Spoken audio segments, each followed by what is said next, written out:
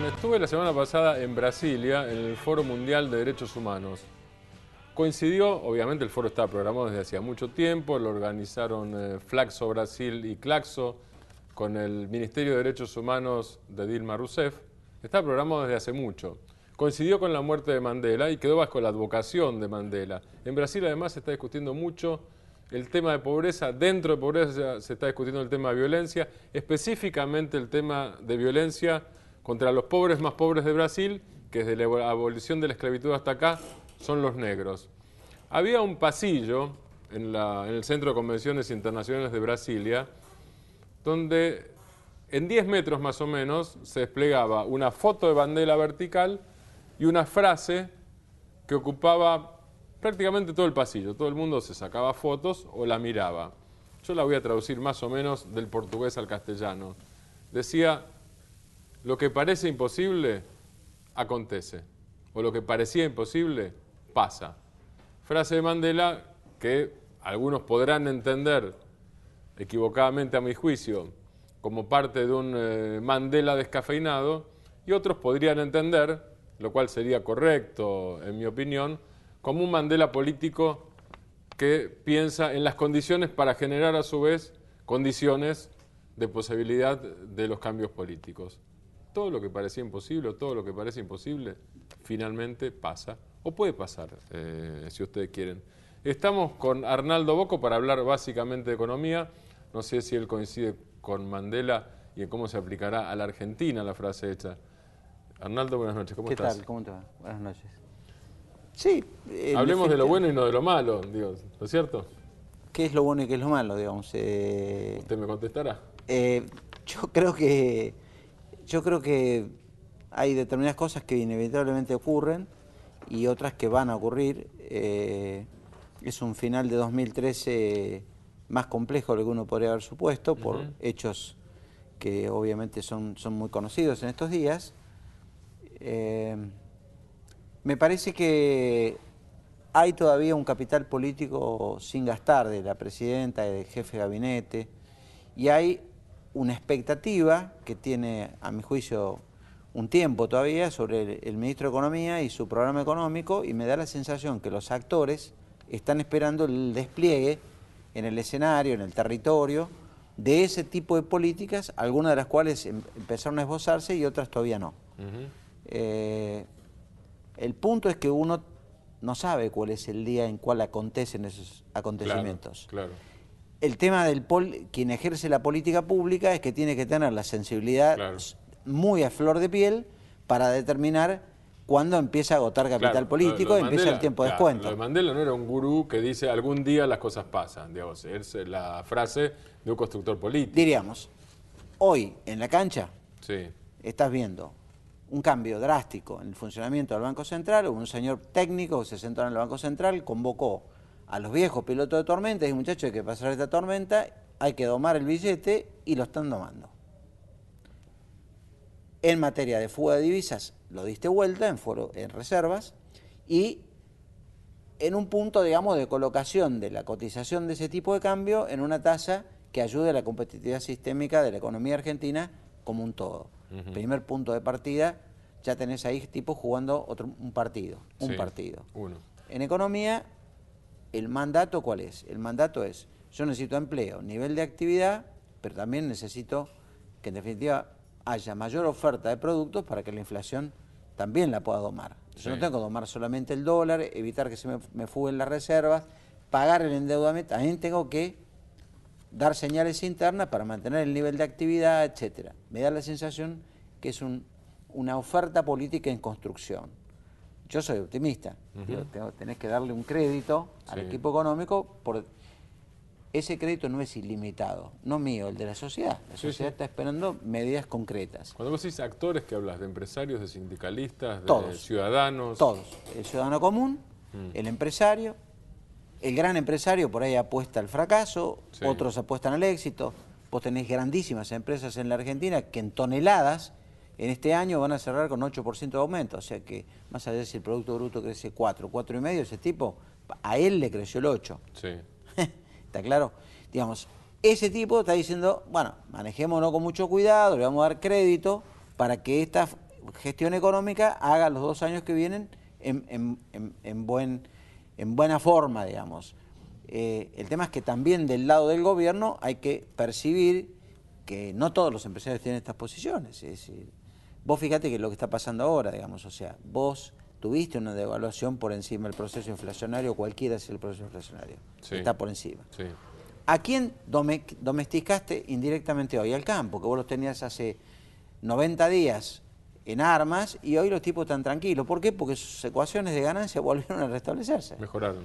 Mejoraron. Entonces el chiquito, el mediano, equilibró sus cuentas y el grande, bueno, el grande gana siempre, entonces con un dólar más atrasado o menos atrasado tiene posibilidades de hacerlo.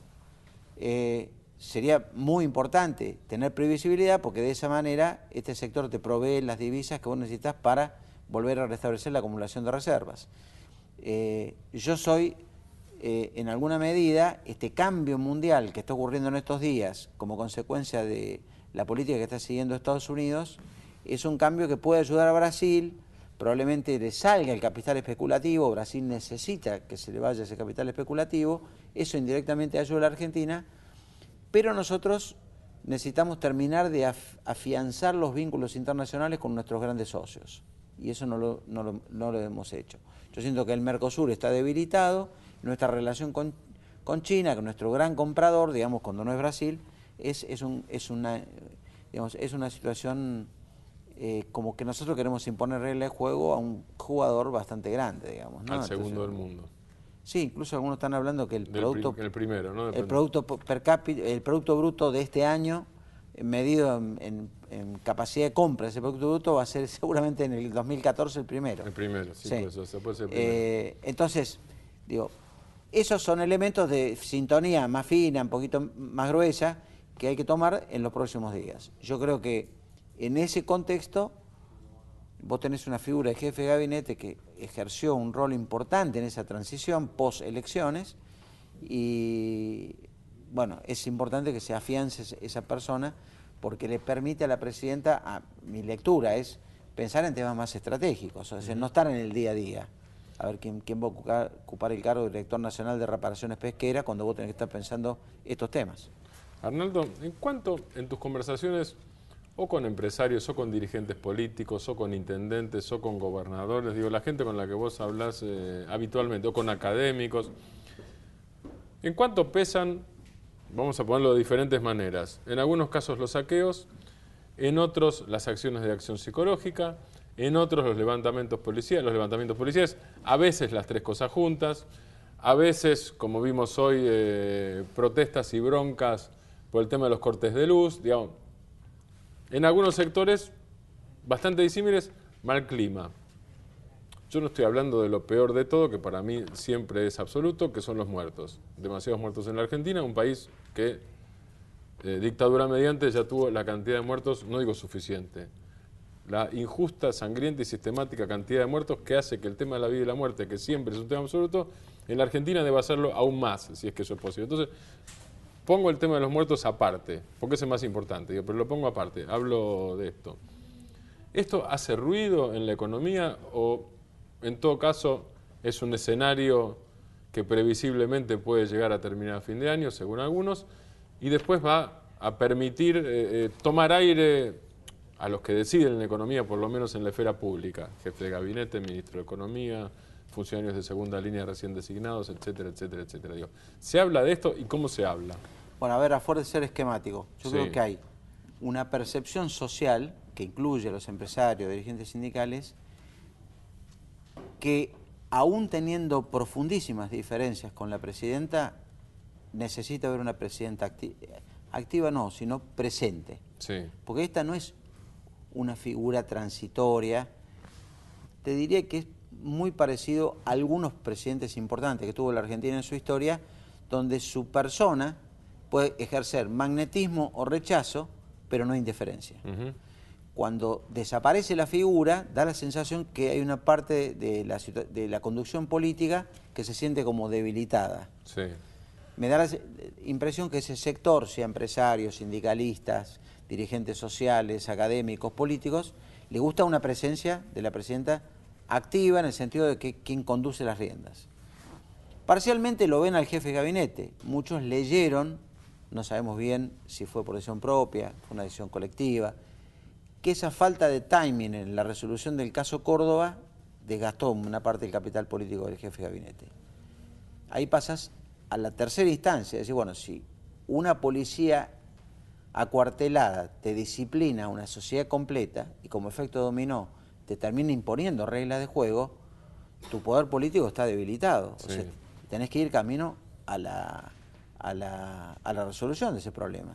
Si vos tuviste una policía que se retiró de la calle y generó directa o indirectamente la ocupación del territorio por parte de sectores que iban, vaya a saber dónde terminaba esa situación, tenés que ejercer... Más gente apaleando, incluso a veces gente de clase media baja, apaleando en Córdoba, por ejemplo, gente que se desplazaba en moto, que no necesariamente iba a saquear y que, según me contaron testigos de eso, mostraba los documentos a los que estaban con palos como si fueran fuerzas del Estado, que no lo eran. No lo eran.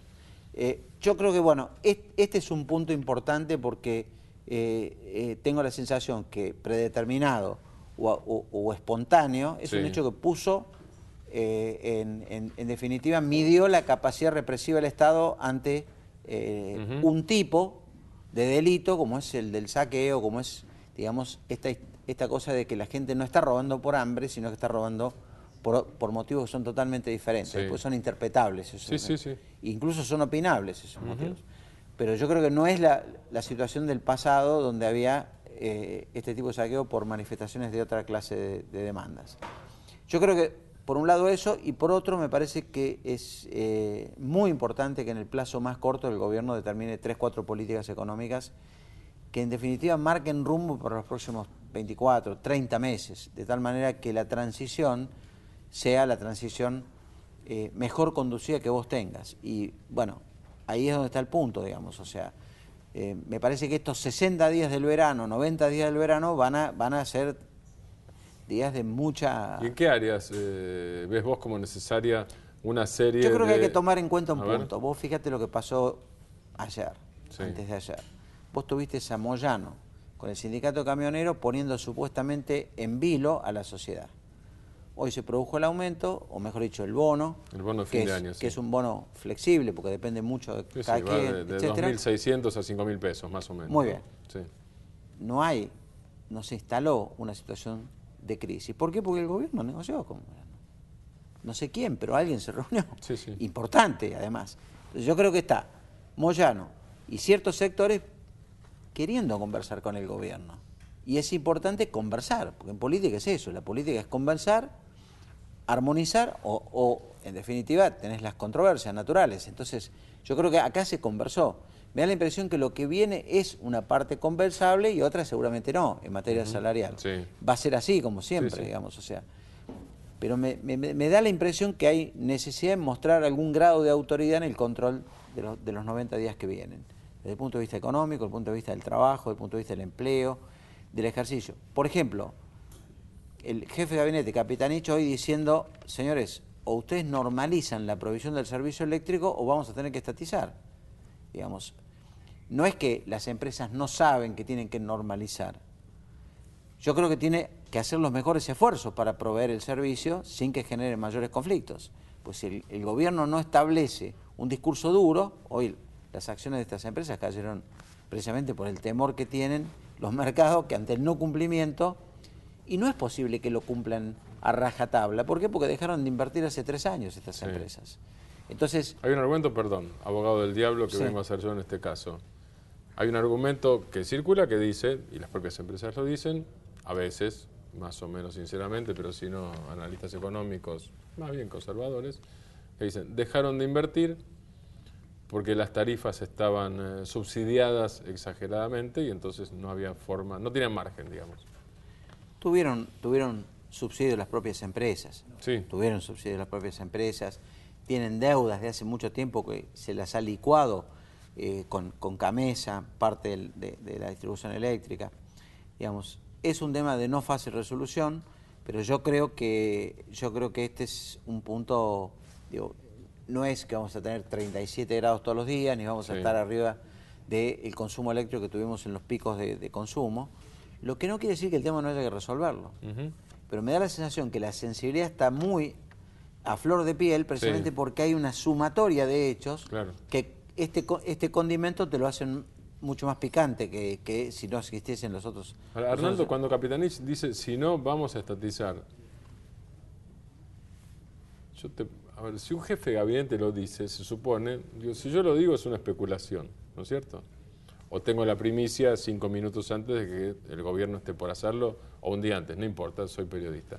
Si lo dice el jefe de gabinete, se supone que las propias empresas deberían tener algún elemento como para pensar si son estatizables técnicamente. No digo jurídicamente, jurídicamente lo son siempre en todo caso, digo técnicamente. Lo son entonces. Sí, son.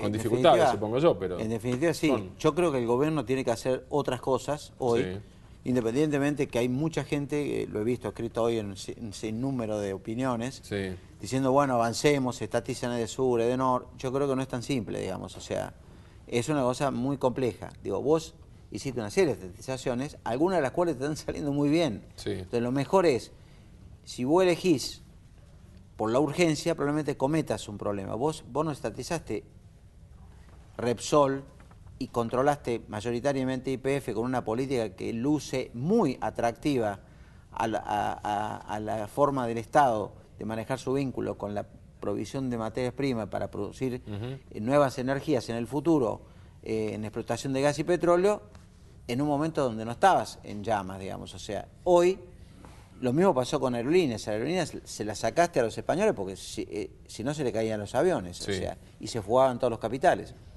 Y dos de los directivos acaban de ser procesados estos días. Justamente, en España, por eso lo digo. Digamos, entonces, creo que esto es una situación que hoy la Argentina está cerrando el frente externo, está tratando de que el tema fondos buitres, terminar de pincharlo y desactivarlo, y generar, digamos, un vínculo con el mundo internacional para reciclar una inserción de la Argentina que estaba un poco despegada en los últimos 3 años. Me da la sensación que una estatización iría a contramano de otras decisiones que se están tomando, como por ejemplo cerrar con el Club de París, o arreglar finalmente algunos juicios en el SEADI, que no son demasiados, o terminar de cerrar el tema Repsol, porque digo, lo que tiene Vaca Muerta equivale a 10 veces la producción sojera o del sector primario de la Argentina, de tal manera que el país está jugando una carta muy importante en ese lugar, digamos, y no en...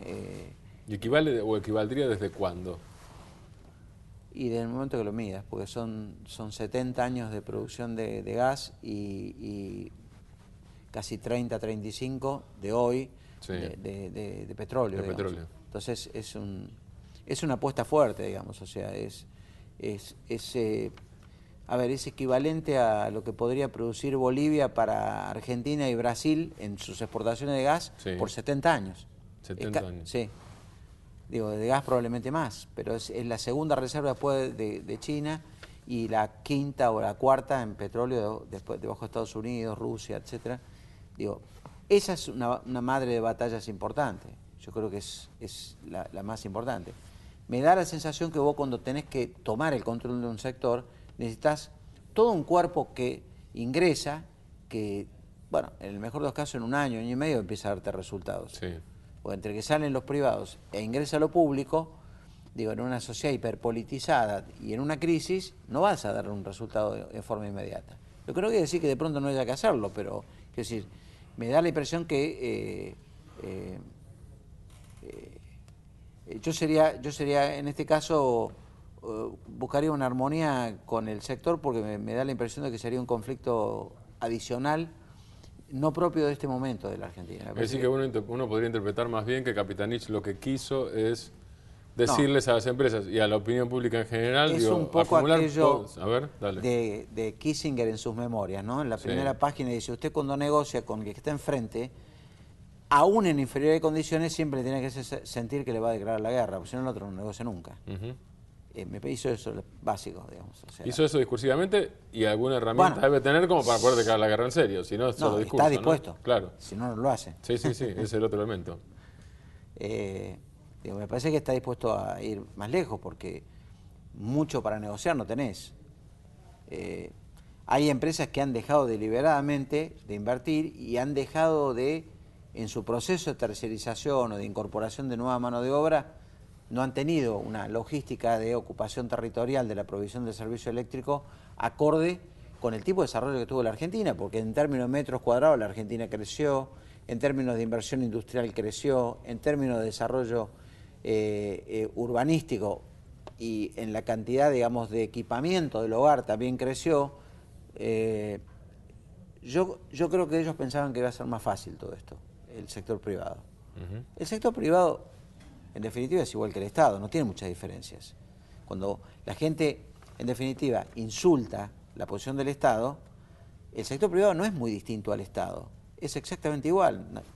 En definitiva, la representación en el Estado de parte de la sociedad lo que hace es potenciar algunos sectores de la sociedad civil que pasan a la conducción del Estado, pero no es distinto. Sí. Si vas a una empresa tiene los mismos problemas que tiene el Estado, a veces peores, en corrupción, en una cantidad de cosas que son propias de, digamos, del debate público que tiene la Argentina. El sector privado no es diferente, a veces es peor.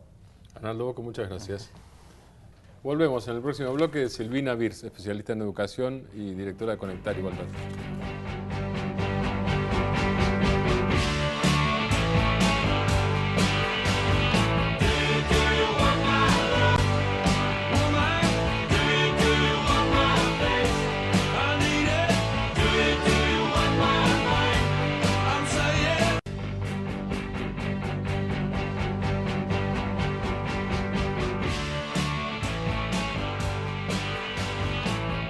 Silvina Virs es educadora, es especialista en educación, es directora de Conectar Igualdad, fue virtual ministra, porque en la provincia no se llama así, de Educación en la provincia de Buenos Aires. Silvina, ¿cómo estás? ¿Qué tal? Un placer, ¿eh? Igualmente. ¿Cuánto alcanza hoy Conectar Igualdad? En cantidad primero, en número. Mira, llegamos ya a 3.812.000 estudiantes. Y el universo es de 4.100.000, así que el año que viene vamos a terminar de entregar a todos los estudiantes de secundaria, de educación especial y estudiantes de los profesorados. Y después, bueno, vamos a seguir con las complementarias, o sea, entregando a los chicos que ingresan a primer año. Así que impresionante, es el programa, o sea, que estás casi más grande del mundo. ¿Más grande del mundo en proporción a la cantidad de estudiantes o en términos absolutos? Sí, en términos absolutos es el programa que más computadoras entregó, obviamente por el tamaño de Argentina, y sí, y realmente en términos porcentuales también, o sea, estamos, bueno, en términos porcentuales, la cobertura del universo, Uruguay sí avanzó un poco más porque terminó ya con la primaria, que fue su primer objetivo. Estamos muy bien, muy orgullosos. La verdad que lo que uno ve, por ejemplo, es bueno cómo los chicos usan la computadora para aprender, cómo la usan en la casa. El otro día, por ejemplo, estuve en Posadas y había una nena de 14 años que recibía su computadora y estaba con la mamá. Entonces la mamá la mira y le dice: bueno, ahora me vas a tener que enseñar a mí computación. Y la nena la mira y dice: con una condición, ¿eh? Y la madre le dice: ojo que el comodato lo firmé yo. Y le dice: ¿qué condición? Bueno, haceme fideos esta noche. Negocia. Así que sí, negoció los fideos a cambio de convertirse en profesora, pero la verdad es que es un orgullo que los jóvenes hoy puedan enseñarle a los padres, muchas veces a los abuelos, otras a los hermanos. Por ejemplo, también en San Pedro, acá en provincia de Buenos Aires, le dimos la computadora, una netbook a un chico, tendría 15 años también esa edad, pero había ido a recibirla con los 4 hermanitos. Entonces los hermanitos le dijeron: bueno, ¿nos vas a prestar la compu? Sí, dijo, pero vamos a establecer horarios, porque yo quiero estar cuando ustedes usen la computadora, porque no quiero que me la rompan. Y hay una valoración. No, no se rompen. No se rompen. No, tienen un porcentaje de rotura por debajo del promedio. Sí. Y en ese caso, digamos, el director tiene que llenar un aplicativo, el director del colegio, y ahí se derivan a los servicios correspondientes. Pero no, están pensadas, son netbooks pensadas especialmente para que, por ejemplo, se puedan tirar desde 70 centímetros sin romperse, con plásticos especiales, o sea, son computadoras preparadas para el uso que Para le la puede dar guerra. un adolescente. Para Claro, la guerra. claro, y también preparadas pedagógicamente, porque tienen programas, por ejemplo, para que la física, la química y todas las disciplinas que antes eran muy tediosas de ser estudiadas, ahora sean realmente un placer y un gran desafío, ¿no? Eso te iba a preguntar, vos y el ANSES, ¿tienen medido en cuánto cambia, por ejemplo, ese nivel de interactividad de la escuela secundaria? Porque acá me parece que tenés otra modificación. Antes era, me parece que ya es una antigüedad eso, estudiar computación. Digo, hoy, Claro, el tema no es estudiar computación, no, usar la computación no como tiene herramienta. sentido, Digo. exactamente. ¿Para qué te vas a poner a estudiar Excel específicamente? No Digo, tiene o Word? sentido, No. Lo que tiene sentido es que exacto. escribas y uses eso como herramienta. En este Exacto. caso, supongo que como vínculo de acceso a conocimiento también lo está pensado como herramienta. ¿Cómo medís el uso de esa herramienta, de ese instrumento? Mira, hay varios modos de medirlo. Lo primero que se hace es ver si o sea, lo primero es una medición sencilla para saber si se usan dentro de una escuela o no se usan. Segundo, cuánto se usan. Son datos que se cuantifican, son fáciles de cuantificar. ¿En qué materias se usan? ¿Salen de la máquina los datos? No. Hay que hacer estudios especiales sobre el tema. Y lo que se ve es un aumento paulatino, pero progresivo, de uso en la escuela. Hoy se usa muchísimo fuera de la escuela para hacer deberes, porque... Se ve en la calle eso. Sí, a veces lo ves en un colectivo inclusive. Sí. Y las investigaciones internacionales, además, lo que muestran es que hay mucha diferencia cuando vos das una computadora pero que se queda en la escuela o una computadora que el chico se lleva a su casa. Y lo que muestran todos los estudios internacionales es que el rendimiento académico mejora cuando los estudiantes pueden llevarse la computadora a su casa, porque siguen estudiando, siguen trabajando, no solo en cuestiones de la escuela, sino que hay muchos juegos, muchos videojuegos, por ejemplo, que enseñan conocimientos muy importantes. Por ejemplo, todos los jueguitos de simulación te enseñan a manejar varias variables en simultáneo, te enseñan a planificar a futuro, te enseñan habilidades que hoy son las que te sirven para desempeñarte en tu vida futura. Entonces, no es solo que uno aprende con los contenidos de las disciplinas, aunque son centralísimos. Pues yo me he acordado, química me aprendía las tablas de elementos de memoria. Hoy los chicos claro, hoy tienen un programa que se llama Avogadro, que uno quiere volver al secundario, porque vos ponés vos ves imágenes de átomos que se enlazan o no, de acuerdo a lo que quieras enlazar, y se convierten en moléculas. Entonces vos todos los grafiquitos, viste que había símbolos, flechas que iban y volvían y demás, lo ves. Te aparece. ¿En qué materia funciona mejor eso? ¿Y en qué materia funciona peor? ¿O en qué materia se aprovecha más y en qué materia se aprovecha menos? Mira, no. Porque venís hablando de las que se llaman exactas hasta ahora. No son exactamente las exactas, pero venís hablando de eso. No, pero sí, vengo hablando de eso porque eran las que uno le tenía, era más reacio. Las ciencias sociales siempre tuvieron algún modo de arreglarse para que uno más o menos les adquiera alguna cierta simpatía. En cambio las otras no, pero por ejemplo, para el caso de historia o de geografía, en el caso de historia hay infinita cantidad de videos que te hacen la historia mucho más amena.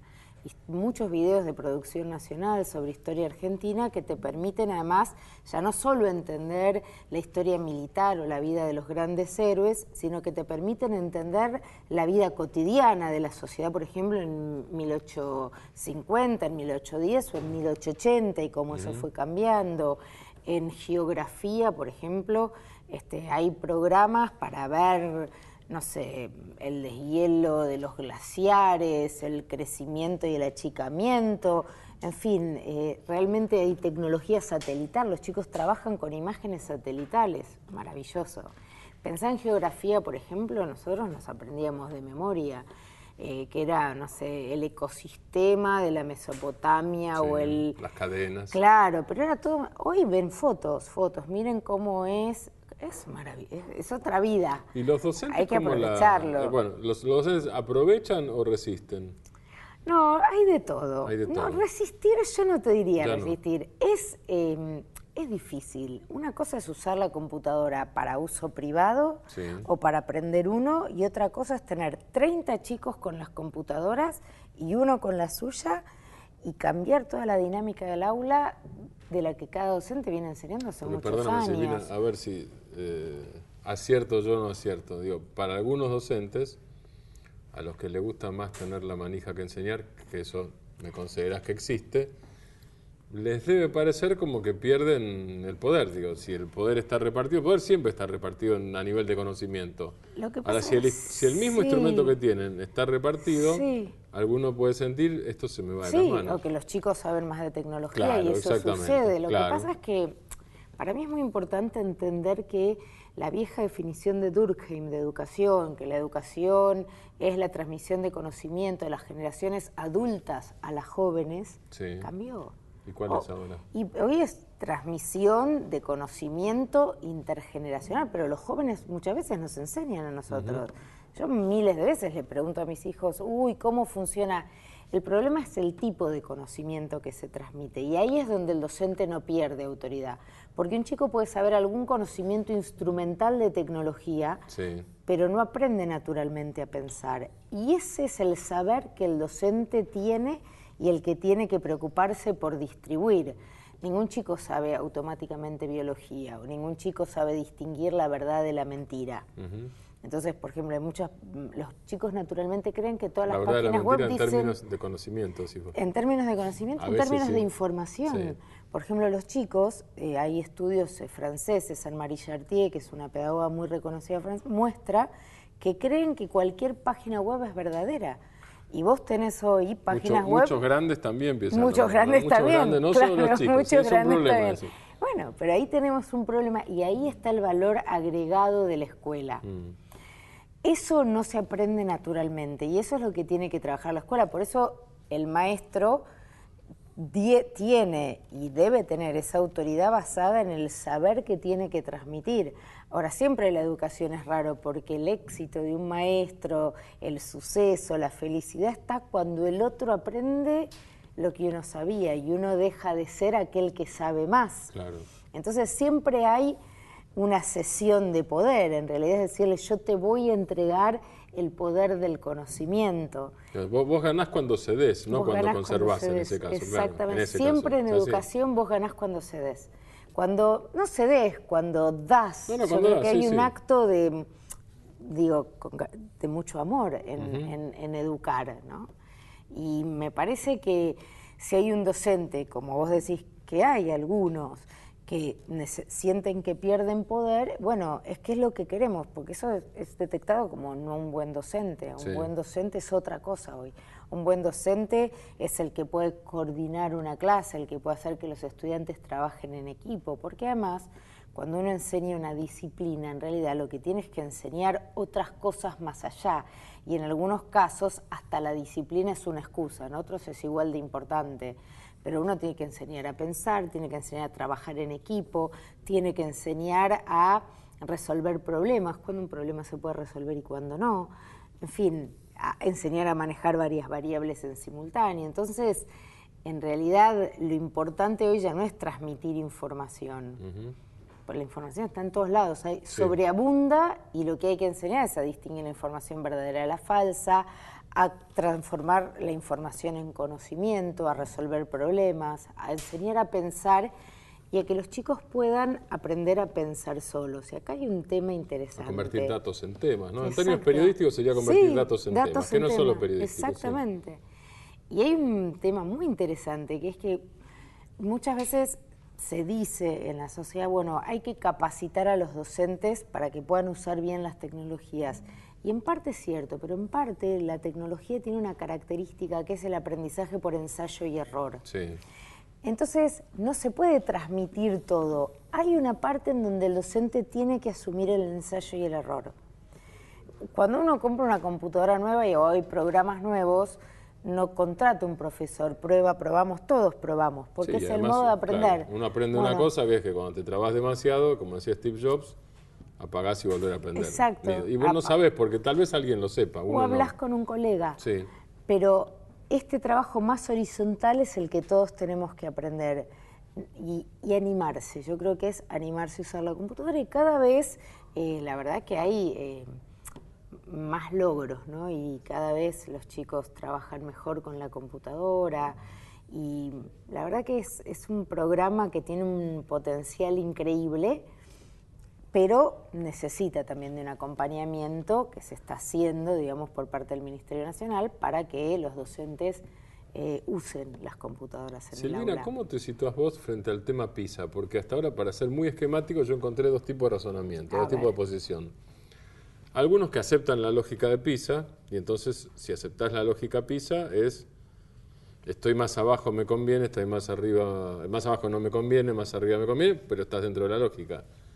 Y otros, caso Pablo Gentili, que dice, la lógica de PISA está mal directamente, y a mí no me importa si estoy arriba o abajo, sino que hay que medir otras cosas que PISA no mide.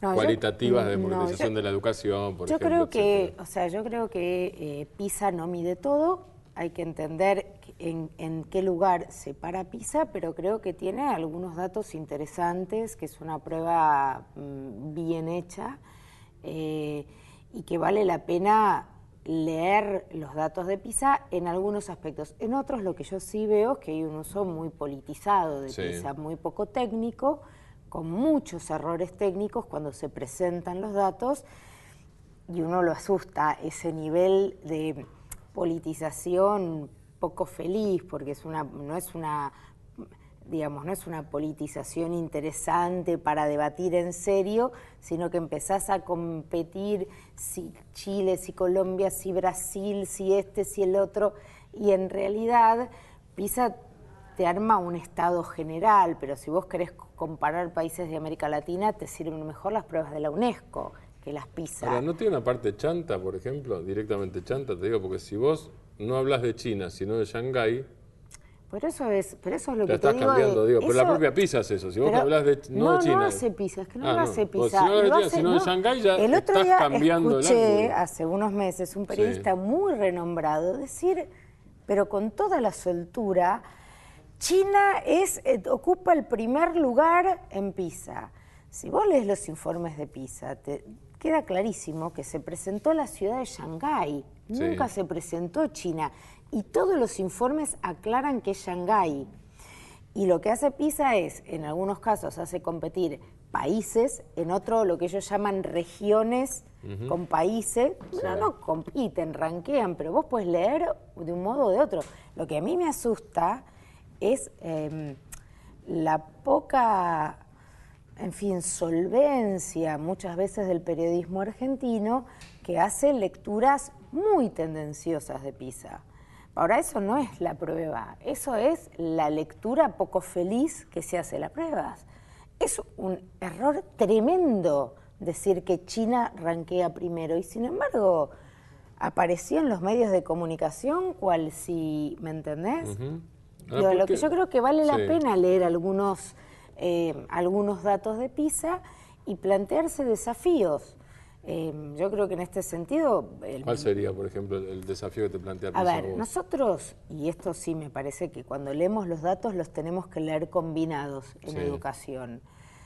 Y esto lo marcó el ministro Scileoni, dijo, nosotros crecimos la cantidad de chicos que están adentro del sistema. Y según datos del CITEAL, del IPI UNESCO, ¿no? Para que tengamos datos tomados por una institución de la UNESCO, muestra que entre el 2009 y el 2011 la tasa de escolarización en secundario pasó del 81% al 84%. Este es un logro muy importante de la educación que hay que reconocer, ¿sí?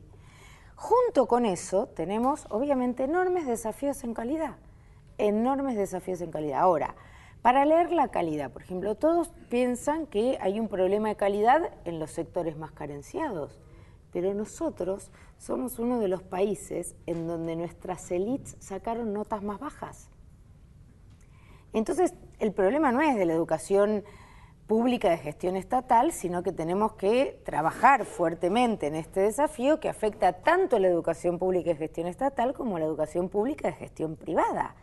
Y es un enorme y maravilloso desafío. Ahora, por ejemplo, ¿no? Un diario tituló hace un año, para ver cómo los datos hay que leerlos, tituló hace un año, Argentina tiene una tasa de graduación en secundario peor que la de otro país hermano que se considera siempre como malo en calidad para ciertos grupos, y está con una peor tasa de graduación.